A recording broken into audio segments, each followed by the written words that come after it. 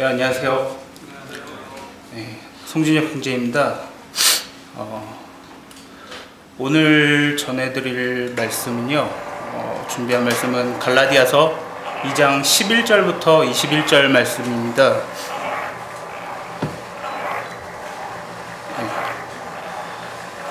좀 짧은 시간 말씀을 좀 준비하게 되어서 좀 어떤 말씀을 처음에 준비해야 할까 그리고 좀 생각하고 고민을 했는데요.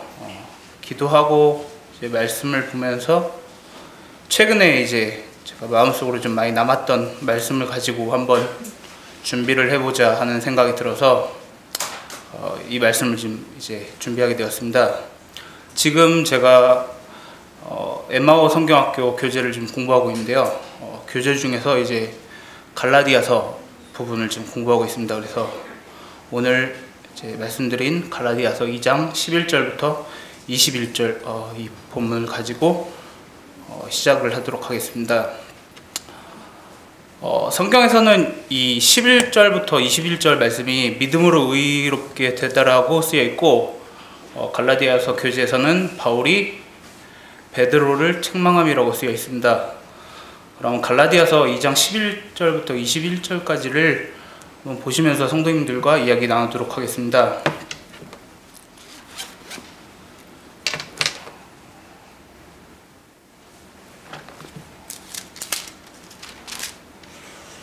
예, 오늘 이제 여기 보시는 본문처럼 이제 처음에 사도 베드로의 이제 안디옥 방문 시 일어난 일을 통하여서 이제 사도 바울이 다시 한번 갈라디아 교회 식구들에게 이제 여러 가지를 설명하는 이제 내용이 나오게 됩니다. 그래서 이 베드로는 안디옥 교회 이방인 신자들과 같이 식사를 하며 그리고 교제를 하며 그리고 그렇게 시간을 보내던 중에 갑자기 이제 그 자리를 떠나면서 그곳에서 있었던 이제 일들을 사도 바울이 베드로를 책망하면서 이 말씀을 전하게 되는데요. 오늘 본문은 어떻게 보면 크게 네 가지로 좀 구분이 될 것 같습니다. 첫 번째로는 사도 베드로의 위선에 관해서 좀 말씀을 드리고 싶고요. 두 번째로는 베드로의 영향과 바울의 책망, 그리고 세 번째로는 믿음으로 의롭게 됨과, 그리고 마지막 네 번째로는 그리스도인의 삶의 정의 등으로 이제 구분을 할 수가 있을 것 같습니다. 11절 먼저 말씀을 읽고 시작하도록 하겠습니다. 게바가 안디옥에 이르렀을 때 책망받을 일이 있기로 내가 그를 대면하여 책망하였노라. 게바는 이제 성도님들도 다들 아시다시피 사도 베드로인데요. 먼저 된 사도 베드로를 이제 나중 된 사도 바울이 책망을 하였다고 하는데요. 과연 이제 이게 어찌 책망을 할 수 있을까? 그런 생각을 좀 처음에 해보게 되는 구절 말씀입니다. 그래서 흔히 한국 사람의 정서로는 먼저 된 자 선배인 이제 베드로를 나중 된 자 바울이 직접 대면하여서 책망하였다고 이렇게 하는데요. 여기서 책망받을 일이 있기로의 원어는 그가 스스로 판단되었기 때문이라고 이제 번역이 됩니다. 그래서 베드로의 잘못한 부분을 어떠한 일 때문에 이제 바울이 그를 책망을 이제 한다는 그런 내용이고요. 이제부터 오늘 말씀의 베드로와 바울의 내용을 한번 성도님들과 좀 더 상세하게 나눠보도록 하겠습니다. 12절 말씀 읽고 또 말씀드리겠습니다. 야고보에게서 온 어떤 이들이 이르기 전에 게바와 이방인과 함께 먹다가 그들이 오매 그가 할례자들을 두려워하여 떠나 물러가매. 베드로가 처음 이제 안디옥 왔을 때에는 이제 그리스도인으로서 자유를 어떻게 보면 마음껏 누렸습니다. 이방인 성도들과 식사도 하고 이제 교제도 하며 유대인들 법 아래 있지 않고 오직 그리스도 안에서 한 형제로서 또 어떻게 보면 한 지체로서 행동을 하였는데요. 얼마 지나지 않아서 이제 예루살렘에서 야고보로부터 온 이제 한 무리의 할례자들이 이제 안디옥을 방문하게 되었습니다. 그래서 베드로가 이들을 두려워했던 그 이유가 아무래도 그들의 방문 때문이었던 것 같은데요. 그들은 이제 유대인 율법 준수에 어떻게 보면 매여 있던 사람들, 그리고 즉 할례를 받은 그리스도인이었습니다. 그래서 그들이 야고보에게서 왔다는 것은 이제 어떻게 보면 베드로 자신의 이제 이 행동이 예루살렘에 있는 많은 율법자들에게 알려질 것이 두려워졌기에 이방인들과 이제 교제 그리고 사귐을 중단하는 것으로 이제 그렇게 이제 일을 좀 만들었던 것 같습니다. 그래서 믿고는 있지만 여전히 이방인들과 교제를 원치 않던 예루살렘 유대인들이 오자 그들을 두려워하여 슬그머니 그 자리를 떠났다는 건데요. 이는 유대인들의 오랜 전통에 따랐던 것 같습니다. 그들은 우상 숭배자들의 집에 들어가지 않았고, 그리고 자신도 모르게 이제 오염된다는 그런 강박관념이 있었습니다. 그래서 그런 풍습은 이제 확대되어 집은 물론 이방인들과의 식사도 정결하지 못한 행위로 여겨졌던 것 같습니다. 하지만 이제 그리스도께서는 십자가에 이제 어떻게 보면 저희 대신에 이제 피 흘리심과 세상 죄를 이기심으로 그 모든 율법을 이제 폐기하셨는데요. 베드로의 이러한 행동은 이제 어떻게 보면 모든 신자들이 그리스도 안에서 하나이며 민족이 다르다는 것이 교제에 악영향을 미칠 수 없다는 주님의 위대한 복음의 진리를 부인하는 행위였던 것 같습니다. 그래서 성도님들은 혹시 그런 행동 하신 적 없으신가요? 같은 주님을 믿고 바라보는 성도인데 누군가를 좀 싫어하신다거나 아니면은 이웃과 친구 중에서 좀 마음적으로 싫어하는 벽이 있기에 그 사람을 무의식적으로 거리를 둔다거나요. 아니면 또는 무엇인가를 불편해하고 한 장소에서 잠깐이라도 있는 것도 싫어하신다거나요. 전 그런 게 어떻게 보면 참 많았던 사람이었던 것 같습니다. 성도님들 앞에서 늘 착한 모습을 하려고 하였지만 어떻게 보면 세상 밖에서 일을 하면서 좀 정말 제가 세상 죄인이라는 것을 좀 느끼고 살아가는 것 같습니다. 마음에 들지 않는 누군가를 좀 싫어하고 그리고 같이 있는 것조차 좀 싫고 마음에 들지 않는 행동하면 좀 마음에 이제 그 사람이 이미 싫다는 단정을 하고서 그거에 대해서 좀 저는 좀 저의 죄악된 습관을 보게 되는 모습을 이제 생각할 수가 있었는데요. 제 모습이 딱 예수님께서 마태복음 6장 5절에 말씀하셨던 또 너희는 기도할 때 외식하는 자와 같이 하지 말라. 이 말씀에 말씀하시는 바리새인들의 모습과 별반 다르지 않는 죄인임을 좀 제가 생각하게 됩니다. 그리고 13절 말씀을 읽고 또 말씀드리겠습니다. 남은 유대인들도 그와 같이 외식함으로 바나바도 그들의 외식에 유혹되었느니라. 아마도 이 부분 때문에 좀 사도 바울이 베드로를 더 책망하지 않았나 하는 좀 이유가 하나가 더 있었던 것 같습니다. 그것에 악한 영향을 좀 받아서 바나바까지 그런 위선적인 행동을 했기 때문인데요. 바나바는 이제 바울과 함께 안디옥 교회에서 안디옥 교회를 좀 책임지고 있던 지도자였습니다. 그래서 그랬기에 바울의 이 마음에 어떻게 보면 더 큰 심각성을 인식하고 단호하게 그 위선적인 행동을 한 베드로를 책망하였는지도 모르겠습니다. 그래서 베드로를 책망한 내용은 14절부터 이제 21절 말씀에 여기서부터 이제 제대로 된 나타나 있는데요. 14절 말씀을 보시면 그러므로 나는 그들이 복음의 진리를 따라 바르게 행하지 아니함을 보고 모든 자 앞에서 게바에게 이르되 내가 유대인으로서 이방인을 따르고 유대인답게 살지 아니하면서 어찌하여 억지로 이방인을 유대인답게 살게 하려느냐 하였노라. 이미 이제 어떻게 보면 안디옥 교회가 이 이방인 기독교인과의 이 식탁을 이제 어떻게 보면 마련해 두었다면 베드로는 그걸 굳이 어떻게 보면 거부할 수가 없었을 것입니다. 그러나 바울의 이제 진술에 담긴 이제 이 이야기들을 보면은 베드로는 평소에는 유대인의 율법을 크게 이제 신경 쓰지 않고 유대인으로서 어떻게 보면 그 크게 행세를 하지 않았음을 볼 수가 있는데요. 그는 유대인이면서 어떻게 보면 그리스도인 중에서 온건한 사람 중에 하나였을 것이면서 사도로서 그리고 그리스도인으로의 말씀을 전환하는 사람으로서 가장 중심이 되고 가장 중요했던 인물이었던 것 같습니다. 그러나 이 말씀을 통해 볼 때 그리스도인으로서의 베드로의 행동은 하나님께서 더 이상 민족적인 차별 그리고 즉 이방인들과 사는 것이나 이제 이방인의 음식을 먹는 것 등을 고별하지 않는다는 것을 알았음에도 이제 그것을 거부함으로써 그가 유대인의 율법과 관습을 지키는 것이 거룩을 위한 필요 조건인지 아니면 이제 이방인 그리스도인들이 유대인처럼 되어야 한다는 것임을 암시하게 되는 구절인지를 이제 생각해 보게 되는 것 같습니다. 그래서 저는 율법을 지키는 유대인이었으면은 좀 제가 늘 죄인이었을 것 같다는 생각이 들면서 어떻게 보면 주님께 용서받지 못했을 그런 사람이었을 것 같습니다. 요즘 말로 이제 흔히 요즘 젊은 사람들이 TMI라고 그러는데요.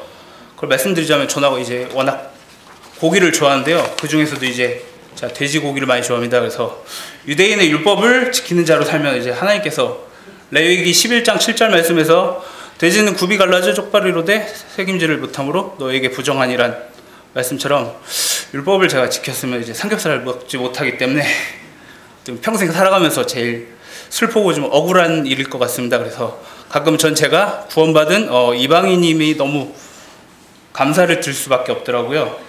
그래서 지금 저는 제가 유대인이 아니라 구원받은 이방인이라서 너무 행복한 것 같습니다. 그리고 이제 15절 말씀에 보시면은 우리는 본래 유대인이요 이방 죄인이 아니로되, 바울은 이 부분에서 어떻게 보면 좀 모순을 보이면서 그 모순적인 부분을 적절하게 지적하고 있는 것 같습니다.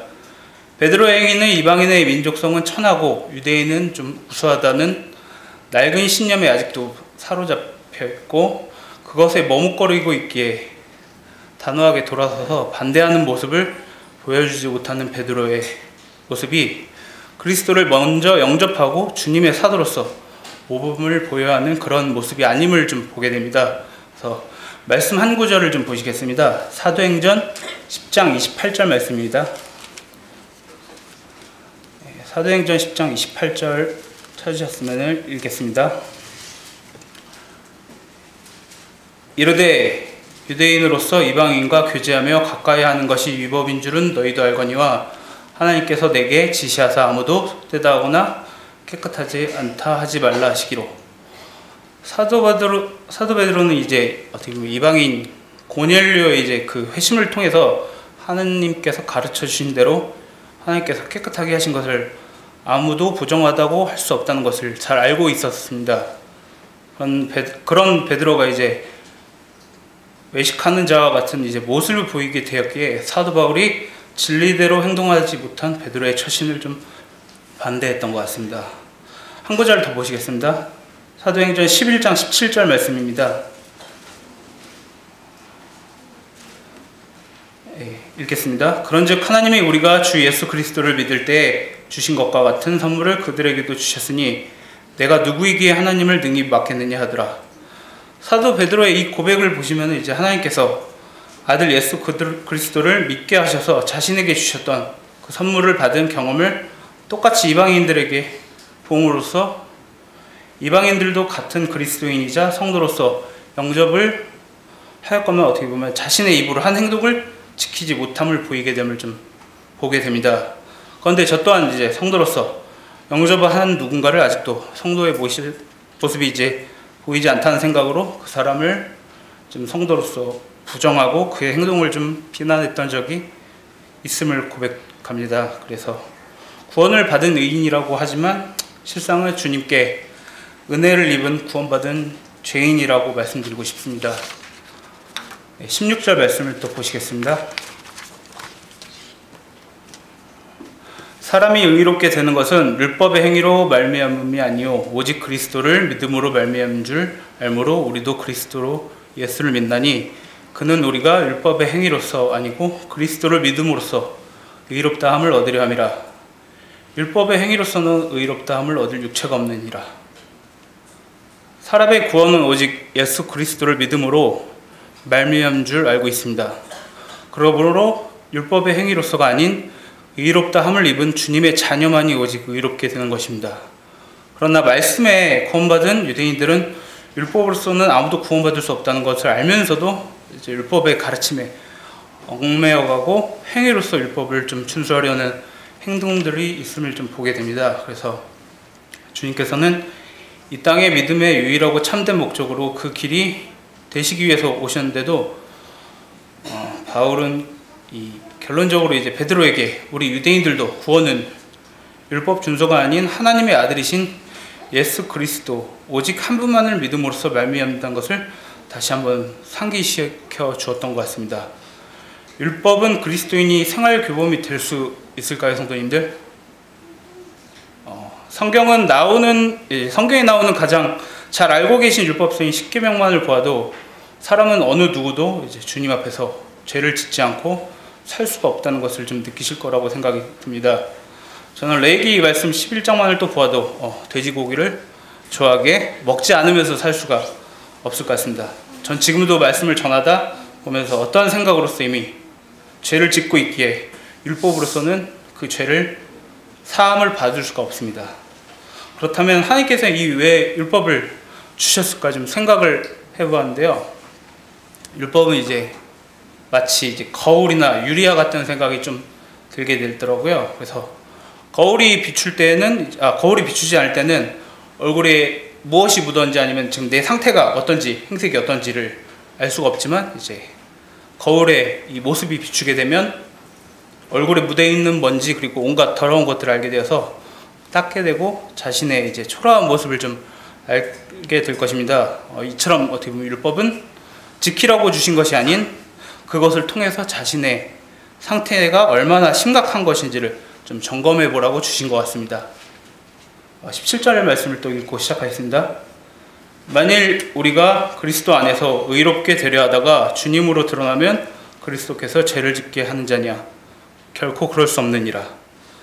믿음으로 이제 구원을 얻었음에도 죄를 밝히는 율법으로 말미암아 죄인으로 드러난다면 그것이 그리스도께서 죄를 짓게 했기 때문인가? 이런 좀 어떻게 보면 말인 것 같은데요.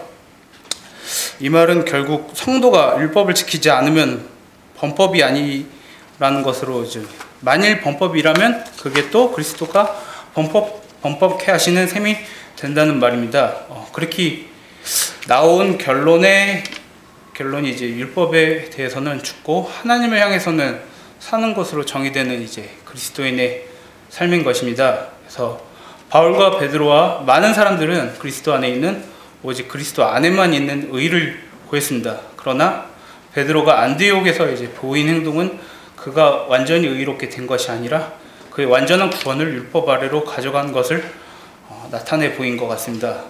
만일 이제 이게 그렇다면 그리스도께서 구세주로서 완전하고 충분하지 않다는 것인데요. 만일 저희가 죄사함을 얻기 위해 주님께로 나아가면서도 그 밖에 다른 곳으로 가고 또 그리스도께서 그의 약속을 이루지 못한 분이 되는데 이는 그리스도께서 죄를 짓게 하신 분이란 말일까요? 아니면 좀 그렇게 생각을 하지 않을까요? 만일 저희가 의롭게 되기 위해서 그리스도를 의지한다고 고백하면서 율법으로는 돌아가고 저희가 그리스도인답게 행동하는 것인가를 생각하게 된다면 사실상 주님을 죄를 짓게 하는 자로 저희가 만들고 저희가 그런 행동 때문에 그리스도께 인정하시기를 바라게 되는 그런 사람인 것 같습니다. 그래서 바울은 17절 후반부에 단호하게 이야기하는데요. 결코 그럴 수 없느니라. 너무도 어떻게 보면 단호한 그런 말인 것 같습니다. 율법적인 것들, 무엇인가 정해진 틀을 만들고 그것을 지키고 사람들이 생각한 부분이 옳다고 여기고 그런 모든 행동들이 율법적인 것들이 아닐까요? 외식하는 자들, 바리새인들의 모습이 저 자신의 모습이 아닐까요? 저 자신도 성도는 이래야 한다라는 하나의 틀을 만들고서 다른 성도를 바라보고 있지 않은가는 좀 생각을 하게 됩니다. 그래서 그것에 어긋나 보이면 무엇인가 성도가 저런 행동을 해도 되나 하면서 속으로는 그 사람을 정죄하는 형제를 하고 있지 않은가 생각을 해봅니다. 사실 오늘 말씀을 준비하면서 제 자신이 너무도 이제 죄인이고 은혜를 받은 죄인이구나를 이제 여러 번 떠올리게 됩니다. 18절 말씀을 또 읽으시고 이야기 나누도록 하겠습니다. 만일 내가 헐었던 것을 다시 세우면 내가 나를 범법자로 만드는 것이라. 여기서 말하는 이제 헐었던 것을 다시 세운다라는 말은 그리스도를 믿음으로 구원을 얻고 하나님의 은혜를 받아들인 자가 어리석게도 다시 율법으로 들어가 그 율법을 구원의 기초로 삼는다는 뜻인 것 같습니다. 베드로는 그리스도 안에 있는 믿음에 의해 모든 율법자들을 버렸었습니다. 그는 하나님의 사랑을 받는데 유대인과 이방인의 어떤 구별도 부인을 하였던 자였습니다. 그러나 이제 그는 이방인과 먹는 것을 부인함으로써 자신이 헐었던 것을 다시 세우는 죄를 범하였으며 그러한 행동으로 자신을 범법자로 증명한 것입니다. 그러므로 만약 율법주의로 돌아간다면 마치 자신이 헐었던 이 율법주의를 다시 세우는 꼴이 될 것이며, 그렇게 된다면 지금까지 그가 헐었던 사실을 대하여 죄를 짓는 것이 된다는 것입니다. 사도 바울은 은혜를 따라 예수 그리스도를 믿음으로 구원을 받는 이 진리는 결코 흔들 수 없다고 하며, 따라서 만일 구원받은 자가 구원을 위해 오로지 그리스도만을 신뢰했다가 율법으로 돌아간다고 하더라도 그 율법은 그가 죄인, 즉 범법한 자였다는 사실만 드러낼 뿐이지 율법을 지킴으로 구원에 이룰 수 있는 것은 아니라는 것이 바울이 말하고자 하는 요지인 것 같습니다. 제 자신도 베드로처럼 이제 위선자인 것 같습니다. 그래서 그리스도인이면서 어떠한 상황이나 환경 또는 그때 맡은 일 때문에 슬그머니 신앙을 좀 저버리는 경우가 좀 있었습니다. 설령 신앙을 저버린 일이 아니라 할지라도 잠시 외면을 하기도 했었습니다. 예를 들어 어린 시절 제가 기억을 되돌려 보면 가정에서는 이제 부모님과 밥 먹으면서 하는 어떻게 가장 기본적인 식사 기도를 학교에 가서는 하지 않는 경우가 있었으면서, 또한 청년이나 이제 사회생활을 하셨을 때는 그 자리에 어울려야 함으로써 그리스도인을 좀 포기하고 죄인과 같은 삶을 살았던 것 같습니다. 너무 많은 죄를 생각하려 하니 어떻게 보면 죄 지음이 정말 끝이 없는 것 같습니다. 다음에는 죄를 지은 간증들을 한번 준비해 보면서 시간 걱정 없이 한번 많은 것을 준비할 수 있을 것 같습니다. 네, 그리고 19절 말씀 또 읽으시고 나오도록 하겠습니다. 내가 율법으로 말미암아 율법에 대하여 죽었나니 이는 하나님에 대하여 살려 함이라. 율법과 은혜, 이것은 계속 살피는 바와 같이 갈라디아서의 어쩌면 가장 중요한 핵심 단어가 아닐까 생각이 듭니다. 저희가 잘 아는 바와 같이 율법과 은혜는 서로 무관한 것은 아닌데요. 율법은 죄로 드러내는 청지기이고, 이 율법 아래 있는 모든 자들은 죄로 인하여 죽은 자들임을 확인케 한다는 점에서 율법의 중요성이 좀 감지되는 것 같습니다. 그러나 이와 같은 율법은 죄로 인정하는 청지기는 될지언정 사람은 모든 죄 아래 있기 때문에 이 율법을 완전히 지킬 수 없다는 점에서 사망만이 여기서 왕노릇할 수밖에 없습니다.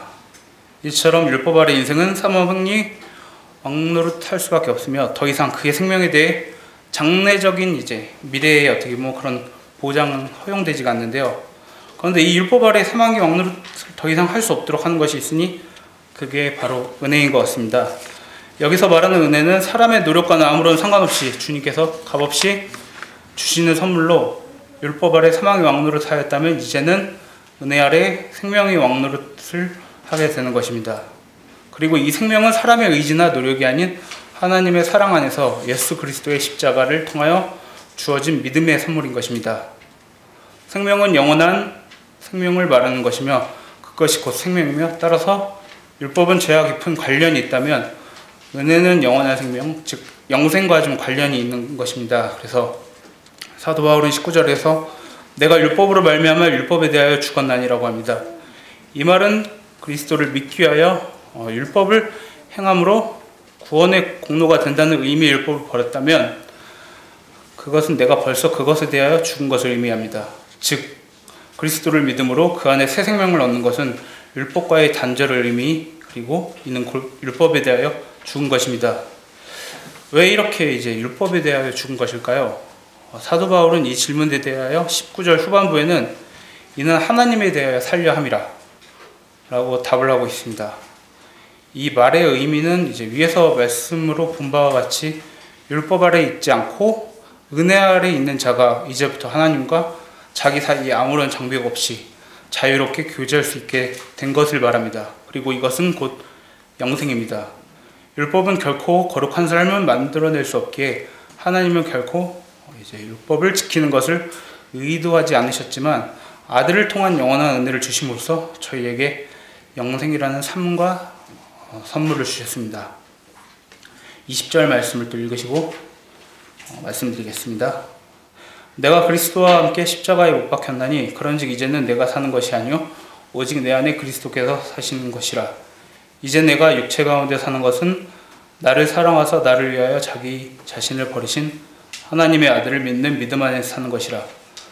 갈라디아서 2장 20절 말씀은 성도님들 이제 한 번쯤은 또 어떻게 보면 그 이상 많이 외워보시고 또 이제 구원 간증의 한 말씀으로서 많이 알고 계실 텐데요. 저도 참 좋아하는 말씀 가운데 한 구절입니다. 사도 바울은 자신이 그리스도와 함께 십자가에 못 박혔나니라고 말합니다.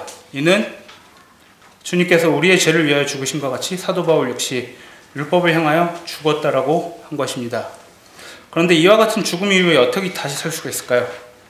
그 답은 어떻게 이렇게 살 수 있을까 하는 답을 좀 찾게 되는데요. 그것은 바로 그리스도와의 연합이라는 중요한 의미인 것입니다. 그리스도와의 연합, 이 말씀을 이제 신자들이 성령으로 말미암아 그리스도 및 모든 참된 신자들의 몸인 교회로 더불어 침례를 받았다고 설명하는 로마서 6장 1절부터 6절 말씀과 그리고 고린도전서 12장 12절 말씀과 같은 말씀에 이제 기초를 하고 있습니다. 그리스도와 연합된 신자들은 그분의 죽음, 장례 그리고 부활에 동참합니다. 그러므로 사도 바울은 그가 그리스도와 함께 십자가에 못 박혔다고 기록할 수가 있었는데, 여기에서 말하는 못 박혔다라는 이 동사적인 문자는 문자적으로 이제 내가 지금까지 못 박혀 왔고 지금도 못 박히고 있다라는 의미이며, 즉 과거의 율법 중심적이고 자신의 신념대로 움직이던 자신이 주권인 존재를 죽이고 이제는 모든 주권을 그리스도께 양도함으로써 주인을 주님께 내어드렸다는 말입니다. 이것이 그리스도와의 연합의 결과입니다. 내가 이제 육체 가운데 사는 것은 율법을 통한 행위나 순종을 의미하는 것이 아니라 그리스도인이 육체 가운데서도 그의 삶을 살아갈 수 있는 것은 하나님의 능력, 어떻게 보면 그게 하나님의 은혜이며 이 능력을 끌어내는 것은 곧 하나님의 아들을 믿는 믿음 안에서 사는 것이라 라는 구절을 통해서 가능케 된다는 것입니다. 그리고 이 믿음은 나를 사랑하사 나를 위하여 자식이 자신을 버리신 하나님의 아들의 희생 위에 세워진 것이며 이제 값없이 주신 은혜인 것 같습니다. 이 말씀은 어떻게 보면 늘 기억하고 외우면서 느끼지만, 하나님께서 하나밖에 없는 사랑하시는 독생자 아들 예수 그리스도까지 내어주시면서까지도 저의 죄인 되었던 저희를 얼마나 사랑하셨는지를 좀 알게 되는 감동의 말씀인 것 같습니다. 믿음은 이제 신뢰 또는 의지를 의미한다고 합니다. 주님께서는 저희 죄를 위하여 십자가에 못 박히심으로써 저에게 주님의 사랑과 믿음을 보여주셨고, 저는 주님을 믿음으로써 그분을 신뢰하고 의지함으로 주인으로 모시고 살리라 이제 다짐을 하였습니다. 살아계신 주님께 늘 신뢰하고 의지하며 그 믿음을 보여야 함을 느낍니다. 마지막으로 이제 21절 말씀을 읽어보겠습니다. 내가 하나님의 은혜를 패하지 아니하노니 만일 의롭게 되는 것이 율법으로 말미암으면 그리스도께서 헛되이 죽으셨느니라. 여기서 사도 바울은 내가 하나님의 은혜를 패하지 않는다고 선언합니다. 그리고 이 은혜는 그리스도의 십자가 보혈의 피를 통하여 값없이 주어지는 것이므로 사람이 의롭게 되는 것은 율법자들이 말하는 것과 같이 율법의 행위로 인한 것이 아니라는 것입니다. 하나님의 은혜는 주님의 조건 없는 구원의 선물이며, 그 은혜를 사려고 하거나 대가를 지불하려고 하면 그 은혜를 무의미한 것으로 만드는 것입니다. 그리고 구원에 이르는 길을 말함에 있어 율법에 대한 순종을 강조한다면 결코 그리스도께서 헛되이 죽으신 것이나 이제 마찬가지신 것입니다. 율법주의자들과 같은 실수를 범하게 되면 하나님의 은혜를 패하게 되는 것입니다. 즉 세상에서 어떻게 보면 가장 큰 실수이자 끔찍한 사건이 좀 될 것입니다. 오늘 이렇게 좀 말씀을 준비하면서 베드로의 모습과 그리고 또 그 가운데 율법을 지키려는 많은 유대인들이 정작 정말로 중요한 그리스도의 희생을 잊고 자신의 모습을 더 중요시하려는 그 행위를 볼 때 중심에 주님이 있고 없고의 차이가 얼마나 중요한지를 좀 느낄 수가 있는 시간이었습니다. 아직 주님을 영접하지 못하신 분들은 주님을 영접하시고 그 내에 함께 참여하는 참된 기쁨을 누리시는 한 해가 되시길 좀 바라며 주님을 영접하시고 이제 신앙생활을 하고 계신 성도님들은 올해 2020년 새해에는 좀 더 주님과 영적으로 신앙적으로 소통하며 든든하신 주님의 등에 기대어 전진하시는 한 해가 되시길 소망합니다. 지금까지 부족하지만 소중한 시간 내주셔서 말씀 들어주신 성도님들께 감사를 드립니다. 감사합니다.